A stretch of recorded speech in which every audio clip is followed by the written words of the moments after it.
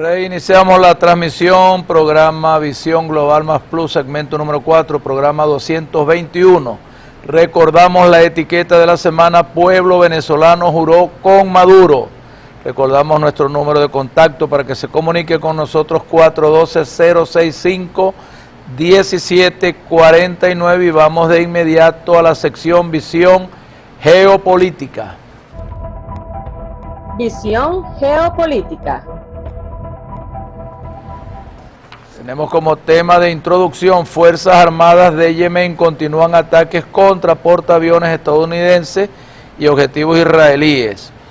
El general de brigada Yahia Sarea, portavoz del movimiento Chile Ansar Allah, que gobierna en el norte de Yemen, informó que el grupo rebelde atacó el portaaviones estadounidense USS Harry Truman en el Mar Rojo. De acuerdo con el comunicado castrense, la operación fue exitosa y el buque de guerra se vio obligado a abandonar la zona y reubicarse en el extremo norte del Mar Rojo. Asimismo, informó que este es el quinto ataque contra la nave desde su despliegue en la región. Ansar Allah comenzó una campaña de ataques a buques mercantes presuntamente vinculados al régimen sionista de Israel desde noviembre del 2023. Su objetivo es impedir que transiten por los mares Arábigo y Rojo hasta por la Franja de Gaza reciba los alimentos y medicinas que necesita. Desde el inicio de la nueva agresión de Tel Aviv contra el pueblo palestino, los hutíes han atacado todos los barcos con destino a Israel que vengan o que navegan por el Mar Rojo, el estrecho de Bab el Mandeb, el Golfo de Adén y el Mar Arábigo, hasta que la entidad sionista ponga fin al genocidio en Gaza. Las máximas autoridades del grupo rebelde patentizan que sus actividades en el Mar Rojo continuarán hasta que Israel cese la agresión contra el pueblo palestino. Bueno, ahí está Yemen, pero ¿qué hace un barco de la flota, un portaaviones norteamericanos, el USS Harry Truman, ahí en el Mar Rojo? ¿Ah? ¿Qué hace ahí? Debería estar en las costas norteamericanas, ¿verdad? Pero a ellos les gusta es estar presente ahí porque, bueno, ya ellos dicen, sigue el asedio criminal, sigue el genocidio contra la Franja de Gaza, sigue ahí también los ataques a todo lo relacionado todavía a la ocupación de los Altos del Golán por el Estado sionista de Israel. Fue derrocado Yasser Arafat, quien negoció y se fue a Moscú. Ahí ahora hay un conflicto interno. Sigue el bombardeo también al Líbano. Y bueno, desde Yemen, que es un país árabe islamita y de diferentes tribus con tradiciones religiosas musulmanas, están ahí atacando ese portaavión y todo barco de guerra o barco mercante que vaya al Estado israelí a proveerse también de alimentos y de armas, y protegiendo, por supuesto, cualquier barco que con ayuda humanitaria vaya también a la Franja de Gaza. Se está profundizando, se está maximizando el conflicto. Ojalá y en estos próximos días, cuando asuma el presidente de los Estados Unidos de Norteamérica, Donald Trump, al menos haya una componenda y un acuerdo entre Donald Trump e Israel. Ya entregaron Gaza, esa es mi teoría, entregaron ya Siria. Sigue la guerra entre Rusia y Ucrania. Es posible que esa guerra cese porque ya los daños económicos que está causando a la Unión Europea son graves ahora mismo. Hay una noticia más adelante que vamos a comentar para no adelantarnos. Lo cierto es que ahí en el Medio Oriente seguimos ahí en guerra. Sigue el Estado sionista de los israelíes, apoyado por los Estados Unidos de Norteamérica, por la Unión Europea, por la OTAN, asediando al pueblo palestino. Siguen ahí en los Altos del Golán, nuevo conflicto ahí recrudeciéndose en Siria. Sigue el Líbano defendiéndose, en Europa, Rusia, Ucrania, barcos allá en el Asia Pacífico de Inglaterra, Francia y los Estados Unidos amenazando a las costas de Hong Kong. de la China, de Xi Jinping. El mundo debe de entrar en un racionamiento de paz. Cuando así en verdad los hombres de buena voluntad, de paz y de convivencia global lo decidan. Y esperamos que Jesús de Nazaret los ilumine para que eso pase. Vamos a ver si es verdad. Tragedia humanitaria en Gaza. La situación en la franja de Gaza es cada vez más crítica y el Ministerio de Salud de Gaza informa que desde el 7 de octubre del 2023 se ha registrado un total de 46.006 muertos y más de 109.378 heridos como resultado del bombardeo israelí. Además se estima que más de 11.000 personas están desaparecidas. Bueno, lamentable estos indicadores, estos datos estadísticos. Si esto fuera el resultado de un terremoto, de un maremoto, de un hecho fortuito, natural, uno pudiera tener resignación. Pero que estos muertos, más de 46.000, más de 109.000 heridos, más de 11.000 desaparecidos, toda una infraestructura civil de acueductos, de hospitales, de universidades, de liceos, de escuelas, destruidos, una mazamorra ahí de hierro torcido, todo esto causado por misiles, por municiones de aire, tierra, mar. 3 años, un poco año más, esta larga batalla, esta guerra sistemática que se ha extendido por más de 70 años desde la creación, fundación del Estado israelí, por allá por mayo de 1948. Bueno, triste para los grandes líderes de las grandes potencias del mundo, para el señor Joe Biden, para el secretario general de la Organización de las Naciones Unidas, señor Guterres, para todos los miembros y todos los grandes grupos del mundo, como los BRIC, el grupo de los 20, el grupo de los 7, los países no alineados, la Liga Árabe, África. Nadie ha podido detener este conflicto en el Medio Oriente. Ya se sumó Yemen a defender las posiciones del Mar Rojo para favorecer el ingreso a Gaza de alimentos, medicina y contrarrestar el ingreso de los barcos mercantes que van a Tel Aviv a llevar y a reforzar con municiones, armas y alimentos a todo el Estado sionista de Israel. Esperemos más nosotros, en verdad, de los líderes del mundo. Aquí sí nosotros, el Festival Antifascista Antisionista, acuerda en cada declaratoria final que cese ya la guerra, el asedio, el genocidio del Estado de Israel, el Estado sionista de Israel, contra la población argentina, la población civil.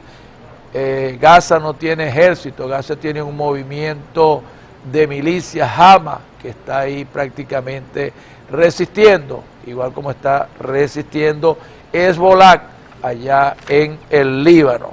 Ojalá, ya pasó el nacimiento del niño Jesús, ahí en Belén, en Cisjordania, y la guerra continúa, ojalá, y ahora en la Semana Santa se pongan los líderes del mundo. Uno lo hace y lamenta que esa guerra haya ya exterminado toda una nación, todo un pueblo, o quieren exterminar definitivamente a todo el pueblo de Palestina. Bueno, aquí tenemos otra noticia más positiva, ¿verdad? Costa de Marfil decide retirar las tropas francesas de su país. En su discurso de fin de año 2024 al país el 31 de diciembre, el presidente Alassane Ouattara anunció que el gobierno de Costa de Marfil había decidido expulsar a las tropas francesas. Podemos estar orgullosos de nuestro ejército, cuya modernización ahora es efectiva. Es en este contexto que hemos decidido la retirada concertada y organizada de las fuerzas francesas, declaró Ouattara. En total, son 6 los países africanos que han decidido romper los lazos militares con Francia: Mali, Burkina Faso, Níger, Chad, Senegal y Costa de Marfil. Y a mí no me queda sino aplaudir esto, porque es lo que debe ser, unas naciones libres del mundo, de África, después de más de 700 años de esclavitud, de soyugamiento, de secuestro de los hijos de la madre África para ser esclavizados en todo el mundo. Bueno, llegó la hora y están resurgiendo nuevos líderes como Ankara, como Lumumba. Tenemos ahí a Ibrahim Traoré de Burkina Faso, y bueno, ya son 6 las naciones africanas que le han dicho chao a las tropas francesas, a la Legión Francesa, que se ha radicado ahí por más de 500, 600, 700 años como colonia, como neocolonia, y que sigue manteniendo ahí legiones militares para someter al pueblo, someter al gobierno y a sus Fuerzas Armadas. Bueno, 6 naciones todavía no es suficiente. Nosotros queremos a toda África libre, a América libre, a Europa libre, a todos los continentes, los 5 continentes libres del fascismo, del sionismo, del imperialismo, del capitalismo. Queremos justicia social, queremos trabajo, queremos inversión, queremos que la gente coma, que la gente viva, queremos acabar con la hambruna. Por lo tanto, estas naciones, como toca ahora, Costa de Marfil se une a esas otras 5 naciones. Y bueno, vayan ya a esas legiones francesas. Aquí tenemos legión francesa en la Guyana, en el Esequibo guayanés, lo que es la parte de la Guayana francesa. Allá hay legiones francesas que dominan todo ese territorio que hace hoy día frontera con Venezuela, igual que es seguro la Legión Británica y Americana del Comando Sur, que está ahí en la República Cooperativa de Guyana, y también las tropas holandesas o la Legión holandesa que hay ahí en la República de Surinam. Ese es el verdadero gigante macizo guayanés.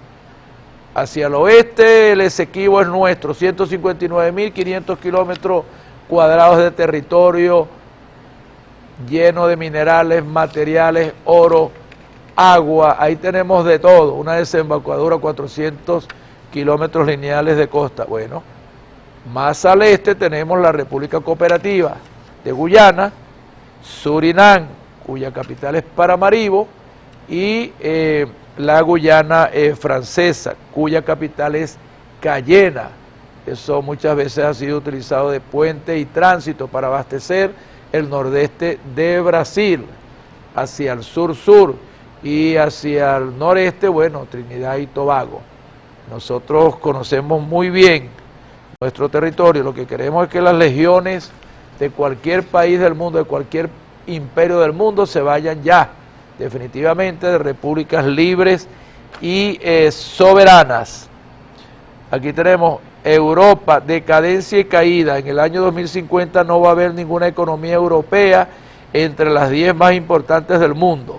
Con su economía estancada y una creciente fragilidad política en Francia y Alemania, Europa atraviesa momentos difíciles.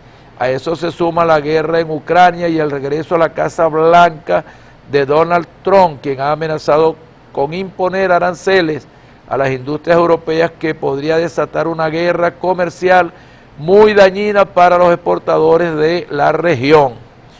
Y es lamentable que Europa, la Europa de la posguerra, que se levantó con el plan Marshall, 20.000 millones de dólares, esté ahorita en una situación de crisis económica, que no está entre las 10 economías más importantes del mundo.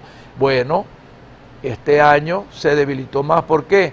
Porque ellos, a través de la OTAN y con el apoyo de los Estados Unidos de Norteamérica, fabricaron, crearon la guerra contra Rusia y Ucrania, ¿verdad? Quieren seguir alimentando ahí guerras y guerras y guerras, y quienes están sufriendo son sus pueblos.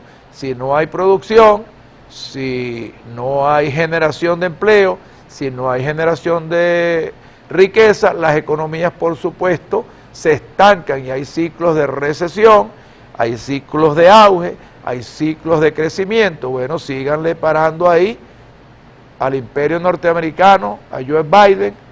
Esperemos ahora qué va a pasar con Donald Trump. Imagínense que Donald Trump está amenazando con aquellos países miembros de los BRIC o aquel país del mundo que diga que va a sustituir su moneda, el dólar, lo va a sancionar con aranceles de hasta el 60%. Ustedes se imaginan, bueno, ¿será que los Estados Unidos de Norteamérica, que está en decadencia su capitalismo, el imperialismo, tiene capacidad para generar riqueza, empleo y producir bienes y servicios sin tener que importar nada de las otras naciones del mundo? Claro que no, claro que no. Nosotros en programas anteriores hicimos aquí un análisis a través de una investigación de la situación real de los Estados Unidos de Norteamérica. Sigue siendo la primera potencia guerrerista del mundo y sigue siendo la primera economía del mundo, seguida de la China. Rusia está de cuarto, pero ya Alemania, Italia, Francia ya no está entre las primeras 10 economías más grandes del mundo, porque han dedicado a tener políticas neocolonialistas, neoimperialistas, y se han aliado a los Estados Unidos de Norteamérica, que al término de la Segunda Guerra Mundial impuso en Bretton Woods el patrón oro, y después en 1971 por un decreto de Richard Nixon dijeron no más patrón oro, ahora patrón dólar, dólar, dólar, y ellos tienen la máquina de hacer los dólares. Lamentablemente, ellos vienen de perder dos guerras, la Primera Guerra Mundial 1914-1918 y la Segunda Guerra Mundial 1939-1945. De nada sirvió crear la Unión Europea, la moneda única, el euro. Ahora tienen ahí déficits en sus economías, tienen manifestaciones, tienen protestas, y la guerra de Rusia a Ucrania y el costo de mantener ese ejército que es la OTAN, por supuesto les cuesta muchísimo dinero. Si no producen, si no exportan, y su pueblo sufriendo por una inflación causada por la guerra, entonces bueno, muy difícil, y muy difícil porque quienes pagan las consecuencias de las malas políticas económicas, de las malas políticas de la convivencia de las naciones, son nuestros pueblos. Son los pueblos. Si se imponen tasas impositivas a productos que pudieran ser producidos en un país para que lleguen a este país con competencia leal, no con doping, que los Estados Unidos de Norteamérica también le gusta aplicar el doping y no aprovecha sus ventajas comparativas y competitivas de manera leal, transparente, sino que aplica doping. Cuando le conviene impuesto, aplica impuestos. Cuando le conviene subsidio, aplica los subsidios. Cuando le conviene liberación económica, aplica la liberación económica. Total, como ellos son los dueños de los dólares, que manejan las transacciones del 80% de la energía que se transa en el mundo y el 40% de las actividades comerciales que se transan en el mundo, entonces ellos creen que pueden hacer lo que les dé la gana y que pueden arruinar economías de países, de naciones y hasta de continentes, como está pasando allá en Japón. Japón no dice nada, la China dice mucho, los BRIC hablan, el grupo de los 7 en medio habla.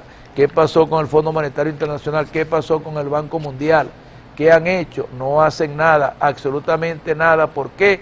Porque los países, las naciones, necesitan definitivamente un impulso de un desarrollo competitivo que los lleve a niveles de ser o negociar de tú a tú con las grandes potencias, en grupos, en gremios, en convenios unilaterales, bilaterales, como sea.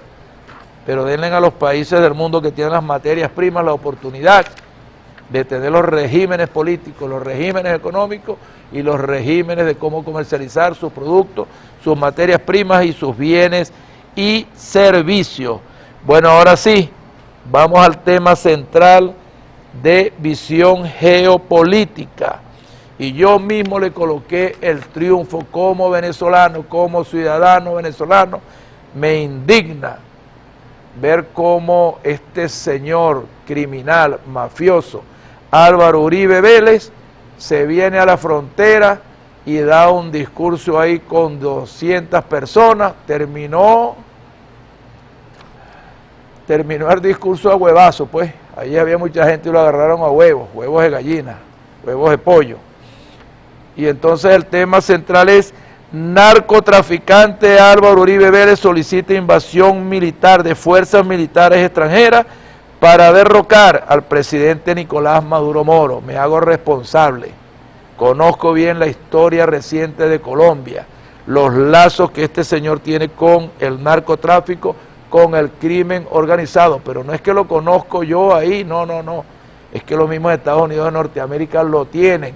Es el narcotraficante número 82 en la lista de la DEA, y eso se lo vamos a demostrar ya, pero vamos primero a ver lo que dijo Álvaro Uribe Vélez, después lo que le respondió el presidente Maduro. Yo hago un comentario y después nos vamos con una joyita que conseguí ahí en YouTube, para que ustedes en verdad, venezolanos y venezolanas, sepan quién es Álvaro Uribe Vélez y a qué monstruo mafioso estamos enfrentando. Vamos de una vez con los dos videos, voy con el comentario y cerramos entonces con video de la vida de Álvaro Uribe Vélez. No hay más camino. ¿Qué pedimos nosotros? Nosotros pedimos una intervención internacional, preferiblemente avalada por las Naciones Unidas, que desaloje a esos tiranos del poder y convoque de inmediato a unas elecciones libres. Que el señor especializado en ser timador no siga hablando de paramilitares, porque anoche decía él, con mucha burla, que aquí venía Uribe a reunirse con sus paramilitares. Que ese timador sepa que lo que nosotros queremos, por aquello que propugnamos, es por una intervención militar internacional con el ejército de Venezuela, que desaloje a la dictadura. Uribe Vélez, triste personaje paramilitar y narcotraficante, asesino y criminal, hoy pidiendo la intervención militar de Venezuela. Cobarde, ven tú al frente de las tropas, Álvaro Uribe. Te espero en el campo de batalla, ruin, fascista, criminal, narcotraficante. Da la cara, no mandes a otros. Criminal. Sacó un comunicado. Sabe que a él le toca salir a la batalla por Venezuela. Sacó un comunicado decretando, dándole 48 horas a Álvaro Uribe Vélez para abandonar el territorio de Sudamérica. ¡Abajo Uribe! ¡Abajo el fascismo! Excelente respuesta del presidente de la República, Nicolás Maduro Moro, ante esta amenaza o solicitud de invasión de este señor narcotraficante colombiano Álvaro Uribe Vélez. Voy a hacer un breve comentario en cuanto a su vida. Bueno, Uribe Vélez nació allá en el departamento de Antioquia, en el pueblo Medellín, en 1952, hijo de una familia acaudalada, ganadera, latifundista, tal cual. Bueno, logró estudiar, logró graduarse y se inicia en la política por allá por la década, finales de la década de los 70, como auxiliar ahí en la Dirección de Aeronáutica Civil, e inmediatamente fue ascendido a director de Aeronáutica Civil de Antioquia, en un momento donde Medellín y el cartel de, donde Antioquia y el cartel de Medellín, bueno, estaban en pleno apogeo. Y a él en verdad, a través de ser el jefe de la Aeronáutica Civil del departamento de Antioquia, de ahí, del aeropuerto, se le facilitaron todas las cosas. El anterior murió y fue amenazado y cerró varias pistas clandestinas. Él hizo lo contrario, dio licencia a las pistas clandestinas del cartel de Medellín, al señor Pablo Escobar Gaviria, a los hermanos Ochoa, a Carlos Leder, a Rodríguez Gacha, el mexicano. Esa es la verdad, así está escrito, y ellos utilizaron estas licencias para esos aeropuertos que tenían en la selva, en sus fincas, etcétera, para recoger drogas y exportarla a los Estados Unidos de Norteamérica a través de las Bahamas, a través de República Dominicana, a Europa, etcétera, etcétera. El narcotráfico de ir una mula o de cantidades pequeñas se acabó desde que Álvaro Uribe Vélez fue nombrado director de la Aeronáutica Civil de Antioquia. Esa es la verdad. Ahora, él tiene también un capricho y un reconcomio. Y si lo veríamos desde el punto de vista de la familia, del padre, uno pudiera decir, bueno, hasta razón tendría. Pero una cosa es sufrir y vengarse de la muerte de su padre, otra cosa es convertirse en un delincuente, en un narcotraficante, en un mafioso. Su vida criminal se inicia cuando la FARC, la Fuerza Armada Revolucionaria de Colombia, un comando de la FARC, le fue a secuestrar a su papá en una finca ahí en Antioquia. El papá era un paisa de esos embejucados, pues, y hizo frente al comando de la guerrilla, no se lo pudieron llevar, él quedó herido, por supuesto. Ya Pablo Escobar Gaviria y sus socios, Carlos Leder, los hermanos Ochoa, Rodríguez Gacha lo conocían, y él solicitó ayuda para ir a buscar a su padre que estaba herido en esa finca, y Pablo Escobar inmediatamente envió un helicóptero y él se fue en el helicóptero y recogió a su papá. Lamentablemente el papá murió y a partir de ahí él juró acabar con la guerrilla, jurando que podía aliarse él hasta con el diablo si era posible, y eso hizo, porque en esa época todos conocemos que se iniciaba lo que eran las agencias de seguridad rurales de Colombia, que eran pequeños pelotones de desertores de las fuerzas militares, de las guerrillas de la FARC, de sicarios del narcotráfico. Se inició y él pactó así, se alió así a raíz de la muerte de su padre con otros que también corrieron la misma suerte, los hermanos Fidel y Carlos Castaño, y fundan las Autodefensas Unidas de Colombia, que tienen como principal cabecilla financista, ¿verdad?, el narcotráfico a la orden de Álvaro Uribe Vélez. Y estos dos célebres, o tristemente célebres señores, Carlos Castaño y Fidel Castaño, se enrumban desde Antioquia, todo el Magdalena Medio, y llegaron a tener hasta 50.000 hombres en armas. Y lo primero que acabaron, o lo primero que hicieron rendir con la ayuda del narcotráfico, fue al M-19. El Ejército de Liberación Nacional subsistió, el Ejército de Liberación Popular, EPL, subsistió, y la FARC subsistieron. Pero Álvaro Uribe Vélez, a través de las Autodefensas Unidas de Colombia, inició a cobrar venganza por la muerte de su padre, igual como hizo Fidel y Carlos Castaño, que aun cuando no tenían la misma fortuna, mala vida, llegó a tener de director de ahí, pasó a ser alcalde de Medellín, gobernador de Medellín, y después asumió la presidencia de la República 2002, 2006, 2010. ¿Cuántas cosas pasaron entonces con ese muchachito Álvaro Uribe Vélez, que lo veían como el Dale Carnegie? Tremendo muchacho, creo que también hizo su posgrado ahí en Harvard, y lo veían, bueno, como un cerebrito con sus lentecitos, etcétera, tal cual. Bueno, lo hicieron presidente con dineros del narcotráfico. A él se le debe todas las licencias que se le entregaron al cartel de Medellín para que desde su finca, desde la selva, pudieran volar y aterrizar los vuelos con drogas a Colombia, desde Colombia al mundo, y desde el mundo fusiles, soldados de Israel para entrenar los mismos sicarios del narcotráfico, dólares, oro, cualquier cantidad de cosas se llevaban y se venían legalmente, porque él, como autoridad de Aeronáutica Civil, otorgó esas licencias. Ahí inicia él su fortuna, ahí inicia él la conformación de ese ejército de las Autodefensas Unidas de Colombia, y por supuesto, eso está ahí, miren.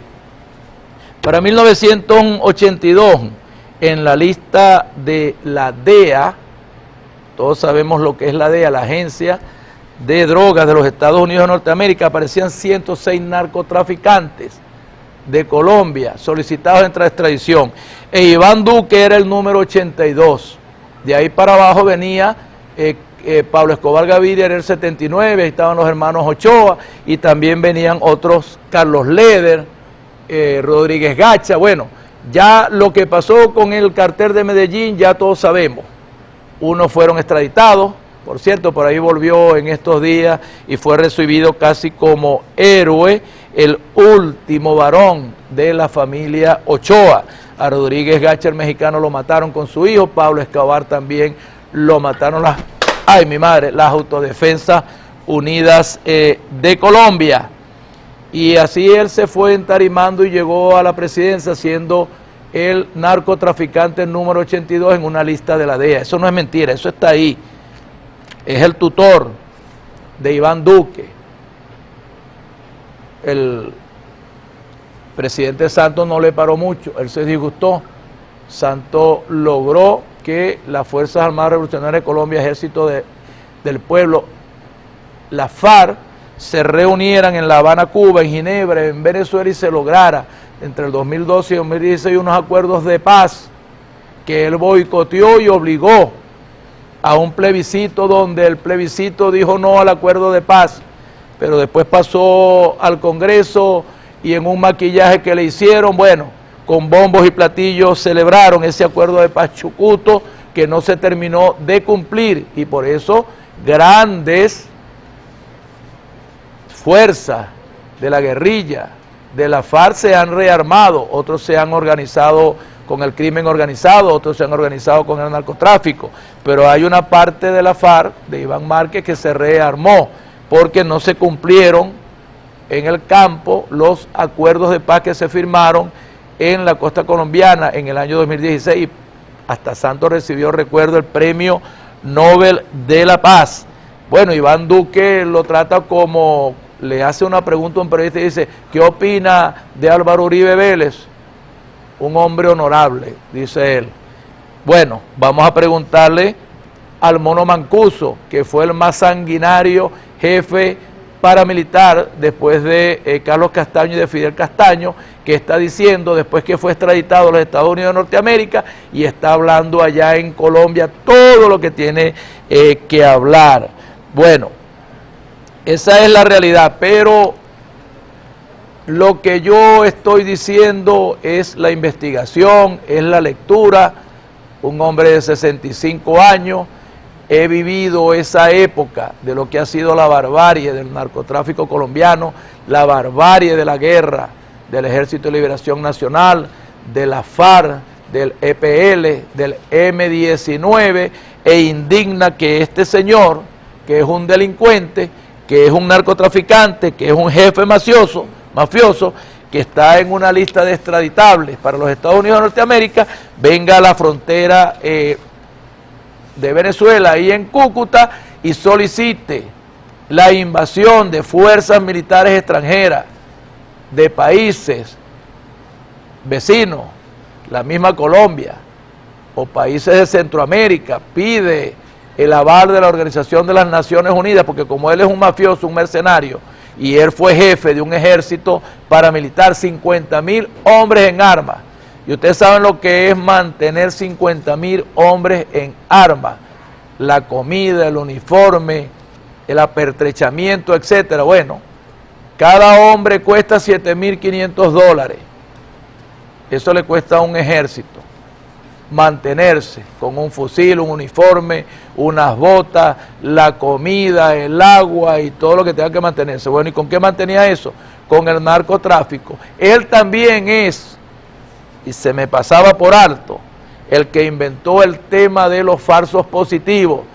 Él llegó y compensaba a las tropas militares para que de una u otra manera justificaran en sus patrullajes la muerte de guerrilleros en combate, que no era sino el secuestro de jóvenes, de niños, campesinos, que los uniformaban, les colocaban unas botas negras de hule, les colocaban ahí unos fusiles en desuso, los fotografiaban, y eran grandes escenarios de una guerra irregular donde las fuerzas militares de Colombia, supuestamente en una emboscada o en un enfrentamiento con miembros de la FARC, del ELN, del EPL, del M-19, uno es el creador de los falsos positivos, y con eso los sargentos, los oficiales, que lograban en esos falsos positivos masacrar 10, 15, 20, 25, 30 campesinos en cualquier corredor rural de Colombia, eran compensados con dinero y con ascenso. Pero más allá de eso, también como presidente, él es el líder del espionaje, de los pinchazos a los teléfonos, a los congresistas, a los diputados, a los gobernadores, a su mismo gabinete. Miren, 20 delitos tienen el sumario Álvaro Uribe Vélez para ser juzgados por crímenes de lesa patria, crímenes de lesa humanidad. Esa es la verdad. Bueno, yo voy a dejar este video ahí, son 11 minutos, pero lo que yo estoy diciendo aquí va a quedar avalado ahí en este video, porque ahí tenemos todo lo que representa este trágico criminal Álvaro Uribe Vélez, que debería estar allá en una cárcel en Atlanta o en Nueva York o allá. ¿Por qué no lo envían para allá, para Guantánamo, territorio ocupado de los Estados Unidos de Norteamérica, legítimo de la República de Cuba? Bueno, vamos al video, venimos con un comentario final y saludamos. Aquel gran secreto de Álvaro Uribe Vélez, que se fundamenta en sus actividades criminales y delictivas desde el narcotráfico y masacres desde los años 80. Sus primeros nexos con el cartel de Medellín, relacionado con personajes como González Rodríguez Gacha, Pablo Correa Arroyave, Fabio Ochoa y el más importante en el ámbito político y criminal, Pablo Escobar. Todos ellos en la lista negra de narcotraficantes de la DIA, publicada en 1991, igualmente fichados por la DEA. Familiares de Álvaro Uribe Vélez como Santiago y Jaime Uribe, vinculados con actividades ilícitas de narcotráfico, y el más conocido a través de la historia, el Escuadrón de la Muerte. Álvaro Uribe Vélez nació en 1952 dentro de una familia extremadamente conservadora de clase media-baja. Tuvo un padre honesto hasta que el negocio redondo pasara frente a sus ojos. Santiago y Jaime Uribe, sus hermanos, el primero culpable por el cartel de los 12 apóstoles, creado junto a un sacerdote y responsable de muchas muertes a manos de dicho cartel.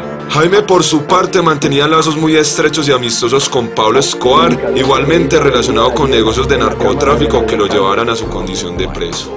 La personalidad del gran colombiano siempre fue de una forma cambiante ante las circunstancias convenientes para su imagen como ser político, donde no se viese implicado en ningún negocio fuera de lo que es legal. Un hombre déspota, egoísta, con gran tendencia a la trampa si así lo ameritase. Además, siempre inclinado a dar órdenes y no a escuchar. Con ello, odiando el progresismo y lo que él contemplara iba en contra de sus concepciones morales, en las que convivió con el dinero de su familia de procedencia dudosa.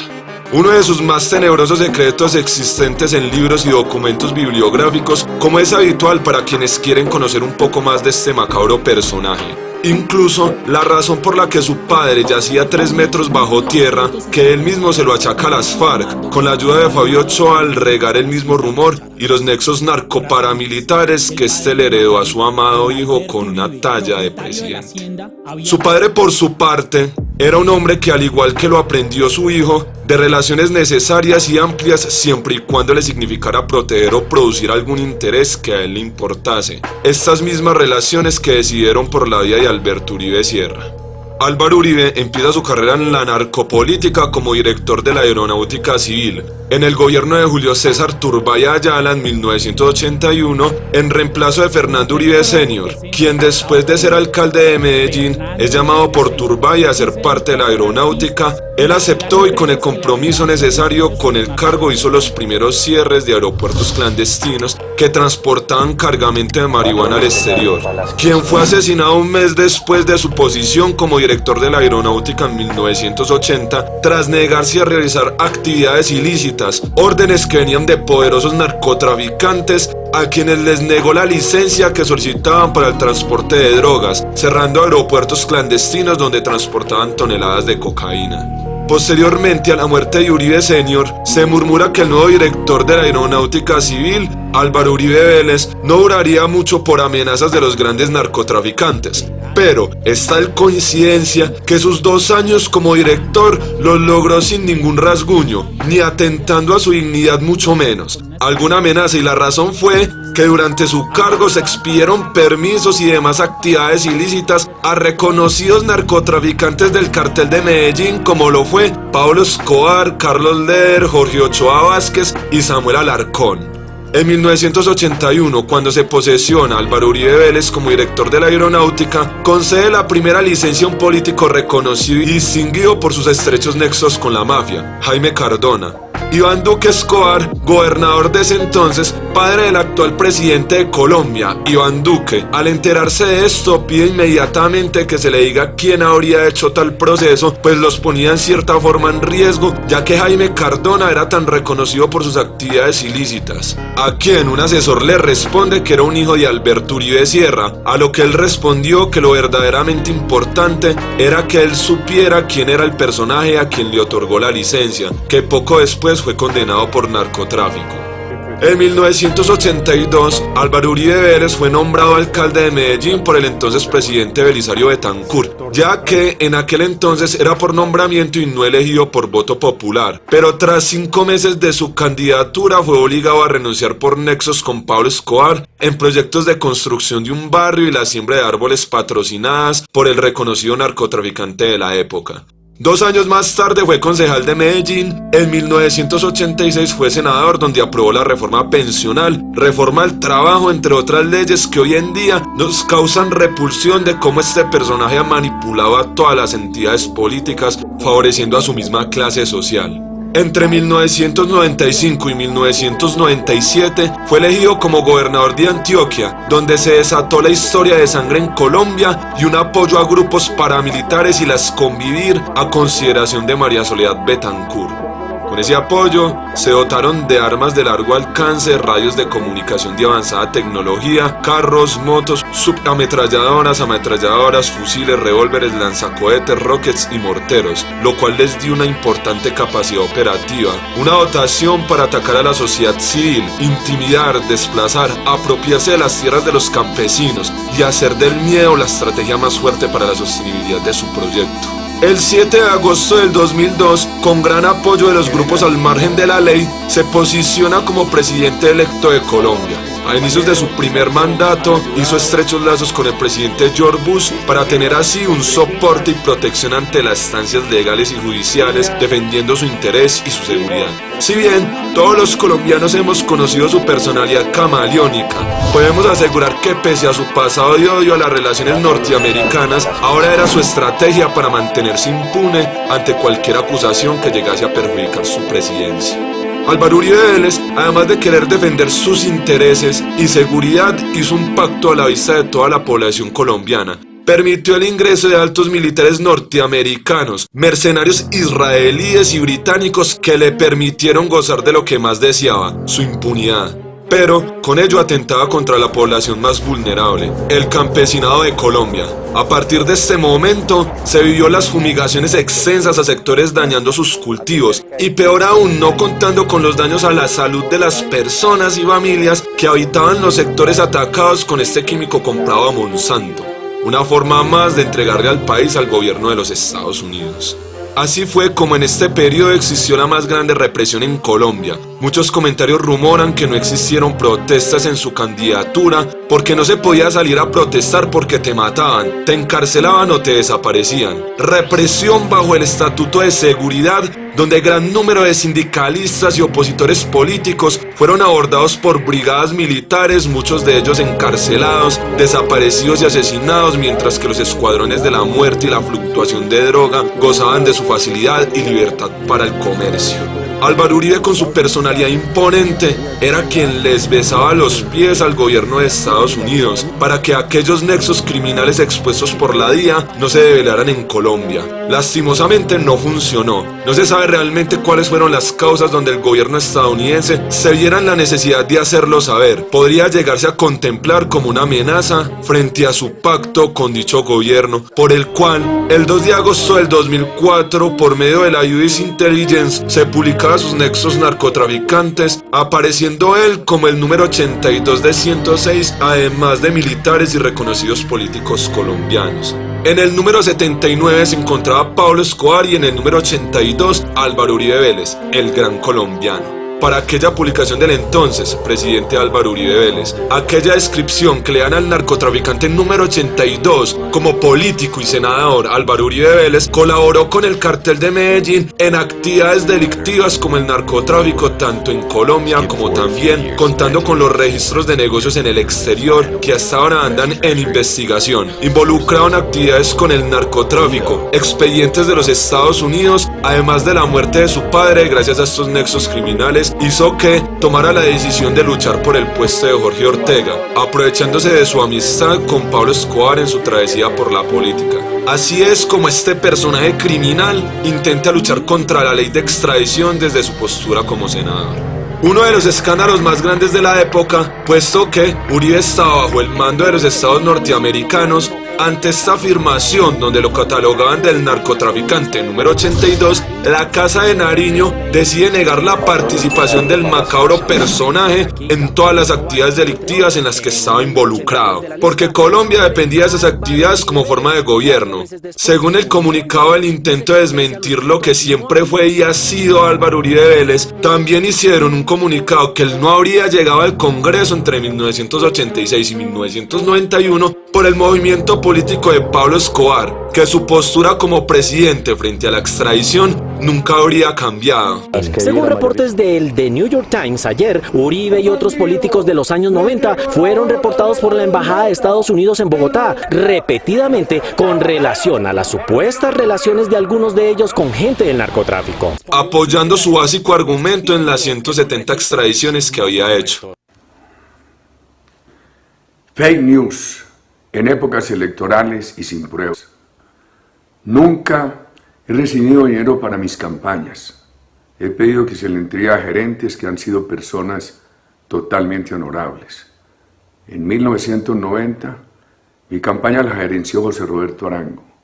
En 1991, hice la campaña para el Senado de la Universidad de Harvard por teléfono, con la gerencia en Colombia de José Roberto Arango. Desde siempre, sus relaciones narcotraficantes y paramilitares depende de lo que deba lograr las niega. Como un plan negro de este criminal personaje, desmentir nexos criminales es su mayor fuerza y su forma de hacerse ver como un hombre ejemplar y lo que hoy le da el título del gran colombiano. Porque mi norma es preferible perder que ganar con dineros mal habidos. Mis campañas a la presidencia las gerenció Fabio Echeverry Correa, con todo el pundonor. Recuerden suscribirse y darle a la campanita para que sigan recibiendo notificaciones cuando subimos un video. Subimos videos todos los días. Si te gustó el video, dale manito arriba, así ayudas a que otras personas vean nuestro contenido. Hasta el próximo video. Bueno, ahí está ese video, ahí hay fotos, expediente, número, fecha. Sostengo lo que hice en mi comentario anterior al 100% y ahora lo avalo más. Así que, señor presidente de la República, Nicolás Maduro Moro, te está tratando con un mafioso, con un delincuente, con un narcotraficante, en unidad, en fusión total, popular, militar, policial. Defenderemos la integridad territorial de la nación, de la patria que heredamos de nuestros padres libertadores al mando de Bolívar, de Sucre, de Urdaneta, y no pasará ejército extranjero de república, estado, continente de la Organización de las Naciones Unidas, ni paramilitares ni nadie, a perturbar la paz de los venezolanos y las venezolanas mientras usted esté ahí, feliz. Más bien le dio pasito a lo que dijo ese señor. Bueno, aquí lo ayudamos un poquito, señor presidente. Siga usted ahí, ejerciendo su presidencia y la seguridad de la patria, la independencia y la integridad de la nación. Y usted, señor Uribe Vélez, váyase al basural de la historia política de su país, de Latinoamérica y del mundo. Yo creo que no va a tener oportunidad. Estando libre, cuando la historia le cobre. Bueno, vamos a saludar aquí, por aquí llegó Ricardo Almarza, nuestro director de Servicios Públicos, su primera combatiente Ana de Almarza, el profesor Eddie Aguirre del CIVEC, también bienvenidos. Y bueno, vamos a Saludo aquí las personas que nos envían por las redes sociales. Yasmeli Parra, la gestión del alcalde Sobalbarro ha sido muy efectiva en la entrega de programas sociales como los CLAC, ha demostrado una gran capacidad para gestionar recursos y beneficiar a la comunidad. José Gregorio González, con Sobalbarro vamos pues. Geraldine Castillo, con su liderazgo nuestra ciudad está preparada para enfrentar los desafíos del futuro, gracias por su visión a largo plazo. Humberto Ortiz, su integridad y honestidad son un ejemplo para todos nosotros, gracias por ser un servidor público ejemplar, muchas gracias. Francisco Pirela, usted es el salvador de nuestra ciudad, lo necesitaba, gracias por salvarnos de los baches y la burocracia. Ingeniero Pedro Aguilar, buenas noches amigo alcalde, hoy disfrutando de esta clase de estrategia gerencial con el mejor alcalde de la región zuliana. Gracie Bermúdez, bendiciones, éxitos en este año 2025, Visión Global Más Plus, el mejor programa del occidente del país. Sobalbarro, vamos pues. Gabriela Castillo, felicitaciones alcalde, excelente gestión. Bernardo Olivero, su pasión por servir a nuestra comunidad es contagiosa, es un honor tenerlo como alcalde. Carlos Nava, alcalde de Sobalbarro, usted es el mejor alcalde que hemos tenido, gracias por hacer de nuestra ciudad un lugar increíble. Joan Ordóñez, señor alcalde, espero y continúe con su excelente gestión en la educación de nuestro municipio. Claro que sí. Aquí tenemos otra hoja. Lourdes Paz, Visión Global, un programa nutrido y entretenido, lleno de información de la mano de nuestro alcalde Sobalbarro. Éxito, gracias. Marcos Díaz, la versión o la visión geopolítica del alcalde Sobalbarro es un faro que guía nuestras acciones hacia un futuro más próspero y seguro. Iris Ordóñez, la visión geopolítica del alcalde Sobalbarro nos permite aprovechar nuevas oportunidades de crecimiento económico. Andrés Nava, ¿qué nivel pedagógico versus análisis internacionales de las diferentes situaciones en el mundo? Venceremos con Maduro y Alberto Sobalbarro. Gracias, Andrés. Gabriel Padilla, el alcalde de Sobalbarro tiene la capacidad para analizar las relaciones internacionales y su impacto en nuestra comunidad. Es admirable. Gracias. Mayerlin Cepeda, gracias al canal 11 Visión Global por mantenernos informados de las gestiones de nuestro alcalde Alberto Sobalbarro. Yalín Prieto, el alcalde de Sobalbarro nos inspira a pensar más allá de nuestra frontera y a construir un mundo cada vez más justo y equitativo. Viviana Álvarez, el alcalde de Sobalbarro entiende que la cultura es un elemento fundamental de nuestra identidad y que debe ser promovida a nivel internacional. Claro, revolución cultural, cultura revolucionaria.